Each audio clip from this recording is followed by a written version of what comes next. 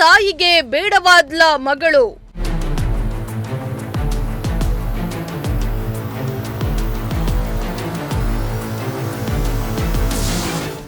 ಮಗಳ ಕಪಾಳಕ್ಕೆ ಹೊಡೆದು ಬಿಟ್ಹೋದ ಪಾಪಿ ತಾಯಿ.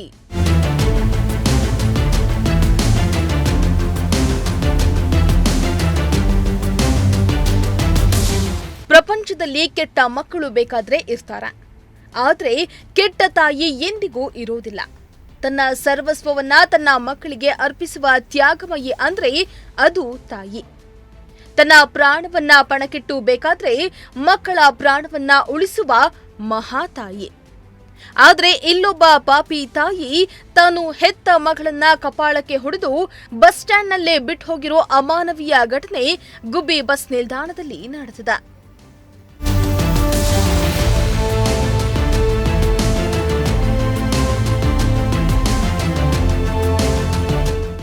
ತಿಪಟೂರು ಮೂಲದ ಸೌಮ್ಯ ಎಂಬ ಮಹತಾಯಿ ಹಬ್ಬಕ್ಕೆಂದು ಗುಬ್ಬಿ ಪಟ್ಟಣದಲ್ಲಿ ಸಂಬಂಧಿಕರ ಮನೆಗೆ ಮಗಳೊಂದಿಗೆ ಬಂದಿದ್ರು.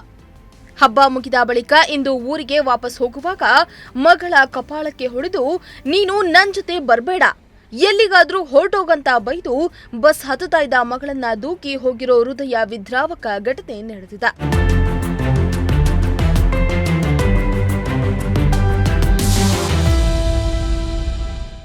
ಪಾಪಿ ತಾಯಿ ಸೌಮ್ಯ ಮಗಳನ್ನ ಬಸ್ ನಿಲ್ದಾಣದಲ್ಲಿ ಬಿಟ್ಟು ಹೋಗಿರೋದ್ರಿಂದ ಗಾಬರಿಯಾದ ಸುಮಾರು 10 ರಿಂದ 11 ವರ್ಷದ ಬಾಲಕಿ ಬಸ್ ಸ್ಟ್ಯಾಂಡ್ನಲ್ಲಿ ಅಳುತ್ತಾ ಕುಳಿತಿದ್ಲು. ಮೊದಲೇ ತಂದೆ ಇಲ್ಲದ ಪುಟ್ಟ ಹುಡುಗಿ ದಿಕ್ಕು ತೋಚದೆ ಗಾಬರಿಯಲ್ಲಿ ಬಸ್ ಸ್ಟ್ಯಾಂಡ್ನ ಮೂಲೆಯಲ್ಲಿ ಕುಳಿತು ಬಿಕ್ಕಿ ಬಿಕ್ಕಿ ಅಳಲಾರಂಭಿಸಿದ್ಲು. ಇದನ್ನ ಗಮನಿಸಿದ ಪ್ರಯಾಣಿಕರು ಬಾಲಿಕೆಗೆ ನೀರು ಕುಡಿಸಿ ಧೈರ್ಯ ನೀಡಿ ಸಮಾಧಾನ ಮಾಡಿದ್ದಾರೆ. ಬಳಿಕ ಮಗುವಿನ ಬಳಿ ವಿಳಾಸ ಪಡೆದು ಸಂಬಂಧಿಕರ ಮನೆಗೆ ಕಳುಹಿಸಿಕೊಡಲಾಗಿದೆ.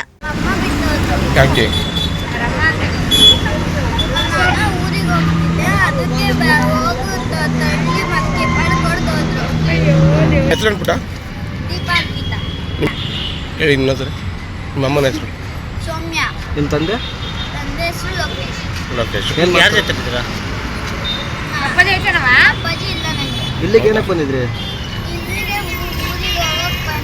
ಯಾವ ಊರಿಗೆ?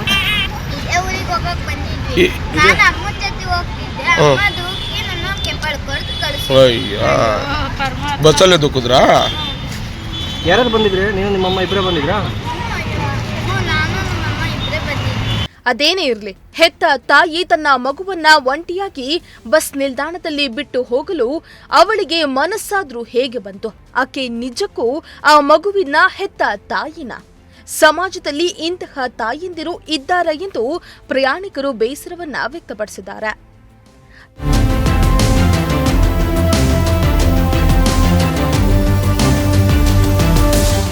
ದೇವರಾಜು, ಪ್ರಜಾಶಕ್ತಿ ಟಿವಿ, ಗುಬ್ಬಿ.